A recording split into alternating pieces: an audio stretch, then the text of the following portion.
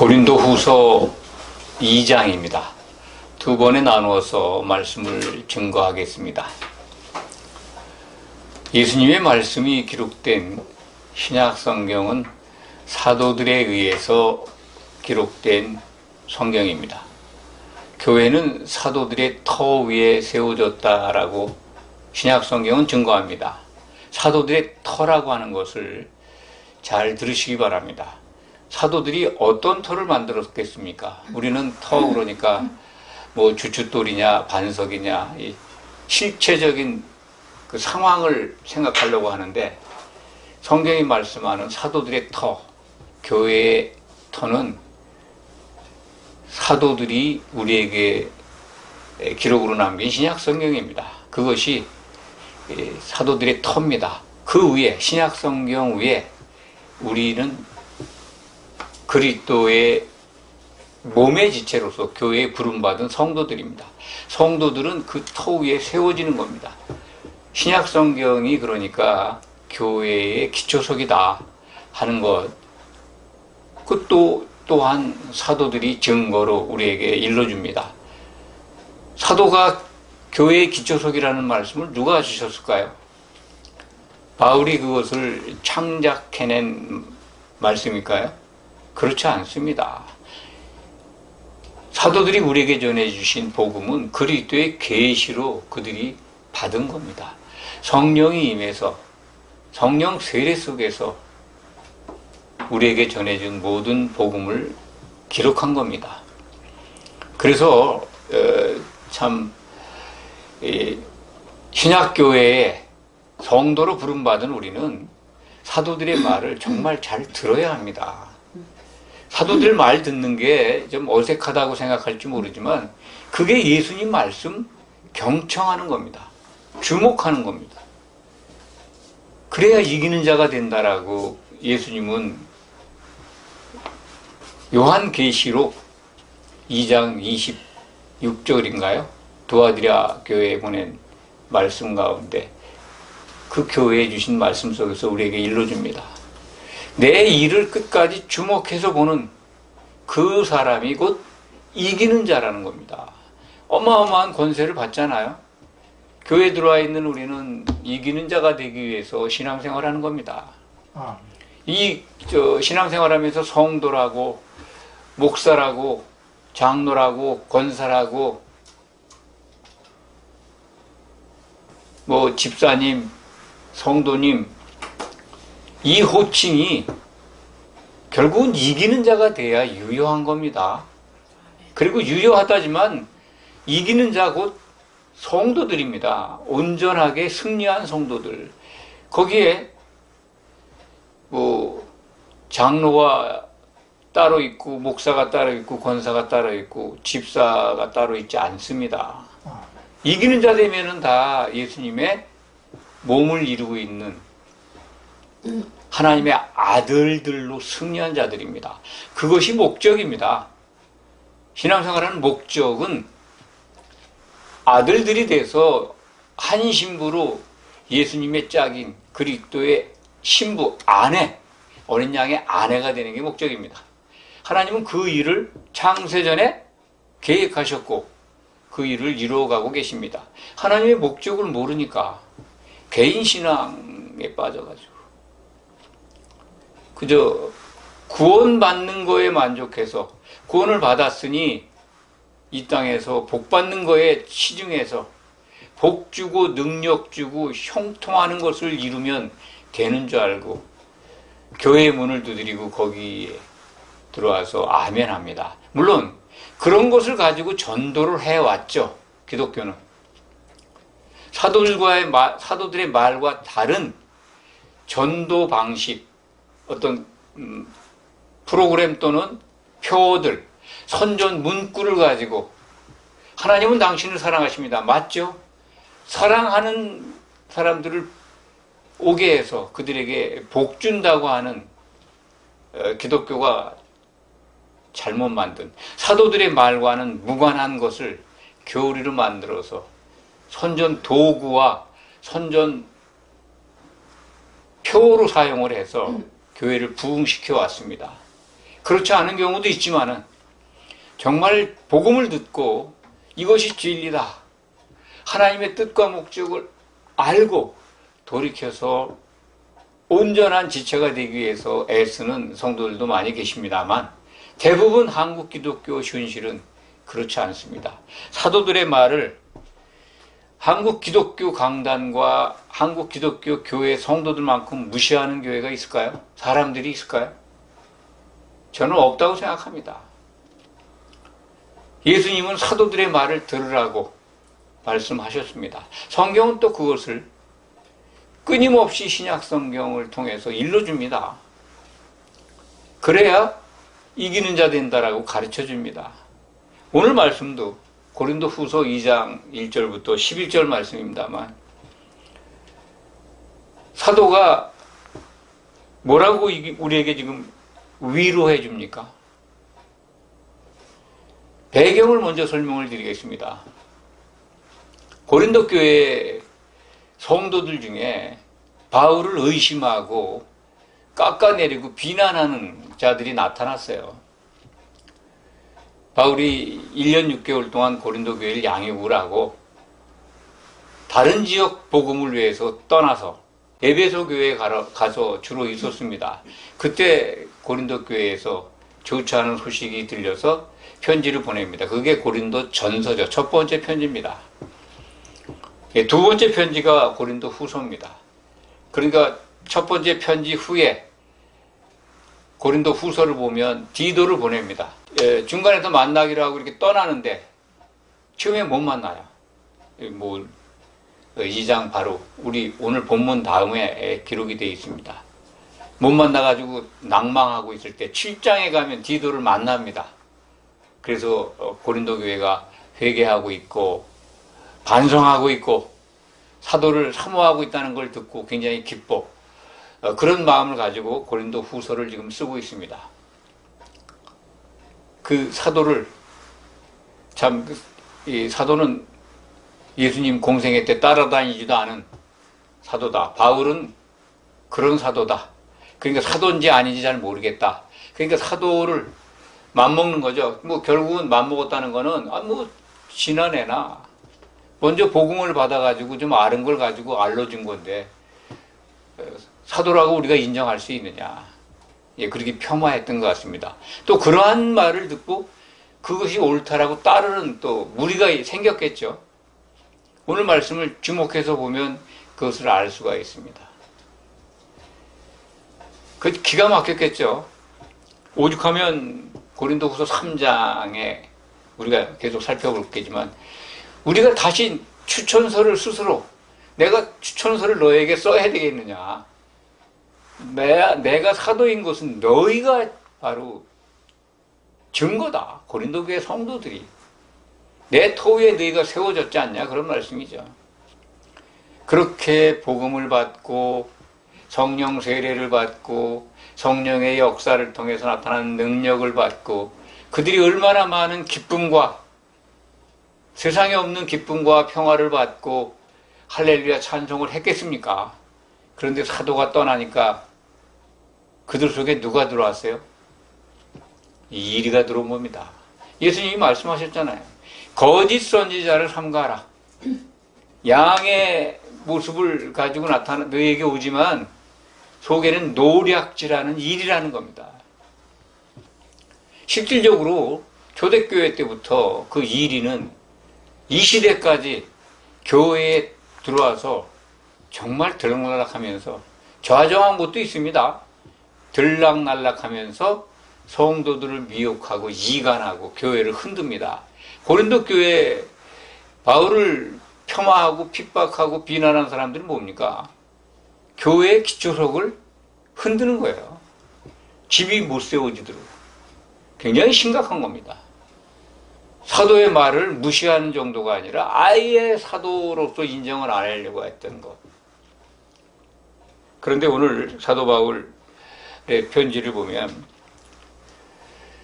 그 야단을 쳤는데 고린도 교회 성도들에게 분쟁이 있다, 또 다툼이 있다, 뭐 음행을 한다, 우상 숭배를 한다, 또 은사에 너무나 많은 오해를 가지고 있다, 이런 걸 지적을 하면서 고린도전서의 주요 내용입니다.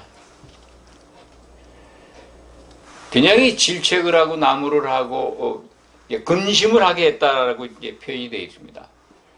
그런데 내가 너희들을 근심한 상태에서 만나고 싶지 않다. 그 내용이 그겁니다. 그래서 나를 근심하게 한 자가 있을지라도, 5절을 제가 먼저 설명을 드리겠습니다. 5절 표현이 말이죠. 이게 이제 우리말 번역이 참 애매합니다. 이런 뜻입니다. 근심하게 한 자가 있었을지라도 나를 근심하게 한 것이 아니요. 이 문장이 이런 말입니다. 그가 나를 어느 정도 근심하게 한 것이다. 근심하게 한 자가 있다는 거예요. 사도 바울을. 사도를 폄하하고 또 비난하고 무시했던 그런 사람들이 나타난 거죠. 그런 자가. 배우가 누구겠습니까? 마귀지. 그가 있었는데, 그가 나를 어느 정도만 근심하게 했다는 거예요. 그래서 나는 너희 모두에게 지나친 근심을 끼치지 않으려고 한다. 그러니까 오해하지 말아라. 이러한 사람, 사도의 권위를, 사도와 교회의 기초적인 것을 부인하는 그런 자가 있었지만은, 이제 너희는 그를 성도들에게 얘기하는 겁니다. 용서하라. 그리고 위로해라. 라고 성도들에게 당부하고 있고, 권면하고 있고, 명령하고 있습니다. 그 말을 순종하라는 거예요. 8절을 보면, 그러므로 너희에게 권하노니 사랑을 그들에게 나타내라. 명령어죠. 권한다라고 하는 게 이제 권면이지만은 용서하라는 겁니다. 용서의 내용은, 용서의 핵심은 사랑입니다. 사랑이 없으면 용서할 수 없습니다. 어떤 사람이 누구를 미워하지 않는다고 얘기하면서 다 용서했다 그래요. 저도 그런 생각 속에 있는 상황이 좀 있습니다만, 가만히 생각해보면 용서 안 했어요. 제 경우도 그렇습니다. 그 사람이 싫어. 뭔가 꺼림칙해. 만나는 것도 즐겨하지 않아. 미워하는 건 아닌데. 근데 진정한 용서가 뭘까요? 오늘 말씀을 보면은 용서는 사랑이에요. 예수님도 그런 말씀을 하셨어요. 너희가 마음으로 용서하지 않냐면 하늘 아버지께서도 그렇게 하신다는 거예요. 용서하지 않는다. 그런 말씀이 기록되어 있습니다. 기억하실 겁니다. 마음이라는 표현이 이제 중심이죠. 진짜 너희 속에서 진실로 사람을 용서하지 않냐면 하늘에 계신 너희 아버지가 용서하지 않는다는 거예요. 그러면 적용을 해보십시오. 용서했는가? 내게 불편하게 하고 나를 핍박하고 나를 대적하고 나를 손해보게 하고 나를 무시하고 짓밟았던 사람 용서해야 합니다. 뭘로? 사랑으로. 어떤 사랑? 우리에게는 없습니다. 아가페 사랑으로 용서해야 용서하는 겁니다. 그가 만약 교회에 함께 신앙생활하고 있는 형제라면 그러한 용서와 그러한 사랑이 나타나야 합니다. 그렇지 않으면요, 포장만 용서입니다. 그저 그런 말씀이, 그런 명령이 있으니까 용서한 척 하는 거죠. 중심으로 용서했나? 그가 나와 한 몸을 이룰 예수님이 피로 사신 교회의 같은 지체이다. 하나님의 아들이 될, 그래서 이기는 자가 되어서 혼인잔치에서 할렐루야를 함께 부를 형제다. 라고 인정을 해야 용서가 되는 거 아니겠습니까? 용서하는 척하고 거기에 머물러 있지 마십시오. 겉으로만 좋은 게 좋은 거라고, 그래, 당신 그래. 뭐 그렇지는 않겠죠. 제 속에 그러한 것들이 남아있던 것들이 굉장히 기억이 나고, 그런 것들이 처리가 안 된 것이 생각나서 여러분들한테 간증합니다. 용서 쉬운 거 아니에요. 중심으로 용서한다 생각해 보십시오. 아가페 사랑이 없는 상태에서 용서 없습니다. 결국 뭡니까? 여기 사도 바울이 우리에게 명령하는 거 7절입니다. 그런즉 차라리 너희는 그를 용서하고 위로해라. 그가 너무 많은 근심에 잠길까 두려워하노라. 형제를 근심케 하면 안 되잖아요. 마귀는 말이죠. 마귀는 어떤 존재입니까? 끊임없이 근심거리를 물어와요. 그리스도를 믿는 사람들이나 그리스도 밖에 있는 사람들이나 끊임없이 두려움과 참 근심과 걱정, 불안 이런 것들을 몰고 와다 줘요. 예수님이 사도들에게, 성도들에게, 우리에게 주신 말씀 기억하시기 바랍니다. 마태복음 6장에 기록되어 있죠. 그러므로 너희는 무엇을 먹을까, 무엇을 마실까, 무엇을 입을까 걱정하지 마라. 내일 일을 걱정하지 말라는 거예요. 내일 일은 내일이 걱정한다라고 우리를 안심시켜주고 있지 않습니까?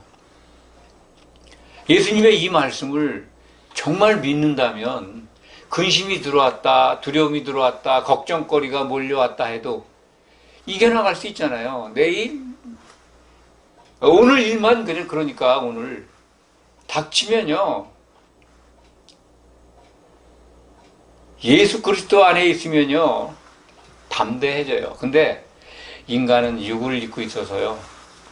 끊임없이 근심, 걱정, 나중에 두려움, 공포까지 팍 몰려옵니다. 그래서 심리적으로 보면 질환자가 아닌 사람이 없어요.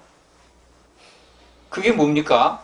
근본은 근심을 물고 오는 친구가 누구예요? 마귀 아닙니까? 마귀와 그의 수절들, 교회에 들어와 가지고 이간하고 미혹하는 자들. 사도 바울을 근심케 해요. 사람들을 시켜서, 성도들을 시켜서 사도를 흔들어대요. 교회가 막 분열하고 있어요. 멀리 있는 바울이 듣고 얼마나 근심했겠어요. 근심하게 하는 거잖아요. 근심하게 한 자가 노리는 게 뭡니까? 교회를 흔들어서 분열시키는 거잖아요. 바울이 조금 근심했다는 거예요. 그렇지만 너에게 지나친 근심을 주려고 하지 않는다. 그건 마귀가 노리는 거라는 겁니다. 마귀가 노리는 거. 교회가 분열하는 걸 노리는데 이용당하지 마라. 오늘 본문 말씀의 맨 마지막이 우리라는 표현이 나옵니다. 이는 우리로 사탄에게 속지 않게 하려 함이라. 우리는 그 계책을 안다는 거예요. 사도는 마귀의 계책을 알기 때문에 지금 처방을 주는 겁니다. 너희에게, 교회에게. 근심거리 물고 와서 우리를 흔들려고 하는데 그거 아니, 내 말 들으라는 거죠. 그거 이기는 비책이 뭡니까? 마귀의 계책을 지금 알았어요. 사도는 알고 있어요. 그래도 비책을 알려주는 거예요.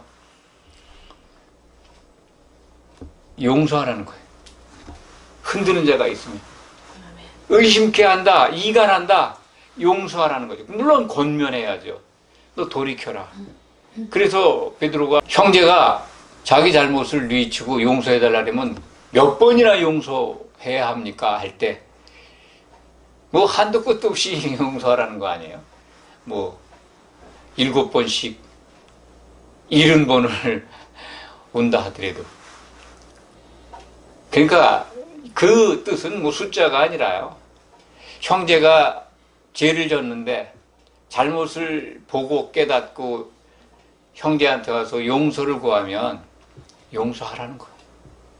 권면해서 말을 들은 거잖아요. 권면하고 차라리 그를 용서해라. 어떻게? 중심으로. 아가페 사랑이 있다면 용서할 수 있습니다. 그런데 마귀는 그걸 못 갖게 하죠. 그래서 교회가 늘 분열하고 갈등하고 그런 겁니다. 예수님의 말씀을 주목해서 잘 들어도, 그걸 보려고 하고 들으려고 해도, 기독교 강단은, 2000년 기독교 전통은 사도들의 말과 무관한 것으로 교리를 만드는 게 너무 많습니다.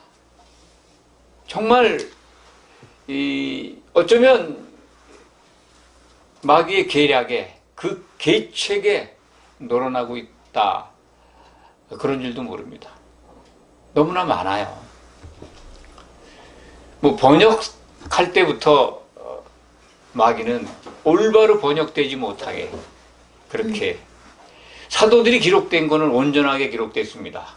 사도들이 기록한 거는, 우리에게 주신 신약 성경 원문은 틀림없이 그럴 겁니다. 왜냐하면 하나님이 개입하셨으니까요.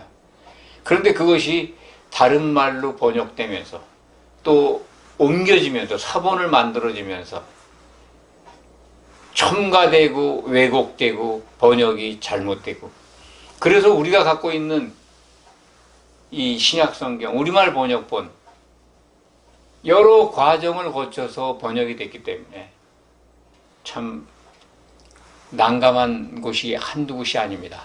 난감한 데가. 잘못된 번역본 때문에 잘못된 교리가 생겼고, 대표적인 교리가 우리나라 기독교 강단에서 심판이라는 것이 왜곡되어 있습니다. 예수님은 반드시 심판하신다고 하셨는데, 그리스도의 심판대라고 하는 것이 있는 걸 사도들이 알려주는데, 심판의 모습을 신약 성경 전부가 반복해서 가르쳐 주는데, 믿기만 하면 심판이 없다라고. 그러니까 모든 게 다 엉클어진 겁니다. 심판이 없다라고 생각하니까 신약 성경에 기록되어 있는 사망과 음부와 바다와 지옥과 불못, 이런 것들이 다 구별이 안 됩니다. 그리스도인들이 심판받아서 가는 천년 감옥이 지옥인데, 안 믿는 자들이 가는 걸로 지금 심판받아서 가는 곳으로 가르치지 않습니까? 그게 다 뭡니까? 교리가 잘못되니까, 심판이 없어지니까 환난도 없어지고, 교회는 환난을 안 받는다라고, 7년 환난이 와도 환난을 면제받는다라고 확대 해석을 하니까 심판이 없어진 거죠. 심판이 없다라고 전제하니까 모든 성경을 거기에 맞춰가는 겁니다. 그러니까 사탄의 계책에 대해서 바른 처방을 줬는데, 비책이 있는데 그걸 무시해버리니까, 사도가 아는 사탄의 괴계, 그가 얼마나 교묘하게 교회를 흔들고 성도들을 미혹하는지를 알고 있는 사도들이 기록한 책을 잘못 적용하니까 교회는 사탄의 밥이 돼가는 겁니다. 비책이 어디 있어요? 신약 성경에 있습니다. 사도들의 말을 들으면 돼요. 지금 사도 바울이 거짓말 하겠습니까? 우리는 사탄에 속지 않는다. 왜냐? 사탄의 그 계책을 안다는 거예요. 알기 때문에 그가 근심을 가져오고 끊임없이 그냥 몸의 건강, 육의 건강, 먹을 거, 입을 거, 그 다음에 또 생활하는데 필요한 것들, 돈 버는 것들, 또 갈등스러운 것들 자꾸 물고 와요. 그냥 끊임없이 근심하게, 걱정하게, 그냥 바쁘게 해. 그게 사탄의 도구들입니다. 교회에 배치해 놓은. 여기 이제 그 계책이라는 말을 제가 찾아봤더니 영문으로는 디바이스라고 번역이 되어 있는데, 디바이스가 이제 어떤 이 환경 속에서 바꾸는 장치예요. 뭘 전환시키는 장치예요. 교회에 그 마귀의 도구들을 설치해 놨는데 그게 다 근심을 갖다 주는 것들이에요. 근심, 불안, 걱정, 분열, 이간, 미혹, 마귀의 전유물이죠. 그걸 가지고 교회를 흔드는 거예요. 그걸 알기 때문에 거기에 속지 말라는 거예요. 속지 않는 방법? 성령 충만해야 됩니다. 성령 세례 속에 있어야 됩니다. 그거 맞아요. 그러려면 뭘 해야 됩니까? 사도들의 말을 먼저 들어야죠. 예수님 말씀 듣는 거예요. 그게 신약 성경을 경청하는 거니까. 올바로 전하는 곳을 찾아서 듣고, 귀가 있거든 좀 들으라고 하시지 않습니까? 마지막 책 요한계시록 7교회에 주신 명령, 계시록 2장 3장, 귀 있거든 들으라는 거잖아요. 귀 있는 자는 그 영이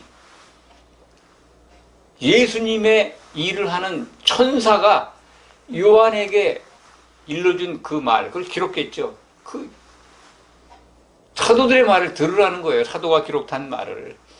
귀 있는 자는 들으라. 듣는 게 성경 보면 되지 않습니까?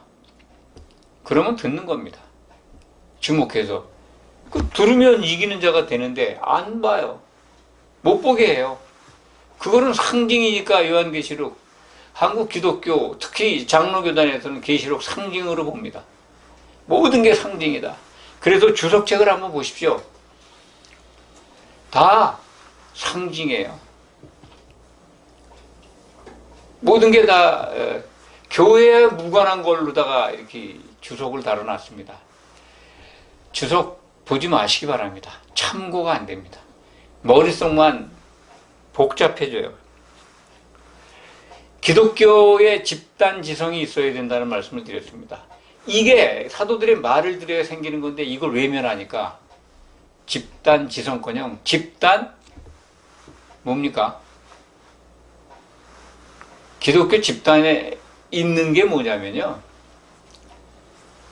모두 맹인이 맹인을 따라서 전부 다 실족하게 하는 실족지성인 것 같습니다. 실족하게 하는. 이거 제가 과장되게 드리는 말씀이 아닙니다. 심각하게 들으시기 바랍니다. 말씀을 정리하겠습니다. 우리는 조그마한 혐의가 있다 하더라도 중심으로 그거를 용서하시기 바랍니다. 용서하기 위해서는 사랑이 있어야 합니다. 용서와 사랑은 같은 거예요. 아가페 사랑이 없으면 용서 안 됩니다. 용서한 척 하지 마시기 바랍니다. 선한 척 입에 바른 소리들 하고 그렇게 다니고 말하고 증거하지 마시기 바랍니다. 용서 그거 잘 안 됩니다. 성령 세례 속에 있다면, 아가페 사랑이 넘친다면 용서할 수 있습니다. 마지막 순간에 예수님 만날 때 가서 용서하시려고요? 그럼 기름 준비 안 한 상태에서 예수님 만나야 되는데 못 만납니다. 심판대에서는 만나지만 탈락입니다. 기름을 준비한 사람이라면 기름, 성령의 기름을 그 기름 속에, 세례 속에 잠겨 있다면 용서할 수 있습니다. 그런 사람들에게는 뭐가 오겠습니까? 예수님이 약속하셨죠. 요한복음 14장, 16장. 기쁨이 넘칩니다. 세상에 없는 기쁨을 주신다고 약속하신 거 기억하시기 바랍니다. 너희에게 세상에 없는 평안을 준다. 기쁨을 준다. 그것이 있다면 안심하십시오. 사도들의 말을 주목하고 있는 증거입니다. 사도들의 말을 듣는 게 사탄의 계책을 깨부수는 비책입니다. 기도하겠습니다. 참으로 감사합니다. 오늘 주신 말씀 속에서 위로를 받습니다. 기쁨을 공유합니다. 용서할 수 있는 능력을 주셔서 감사합니다. 오늘 말씀을 듣고 귀가 열려서 듣는 자들에게 이기는 자의 길을 걸을 수 있도록 도와 주시옵소서. 예수 그리스도의 이름으로 기도하옵나이다. 아멘.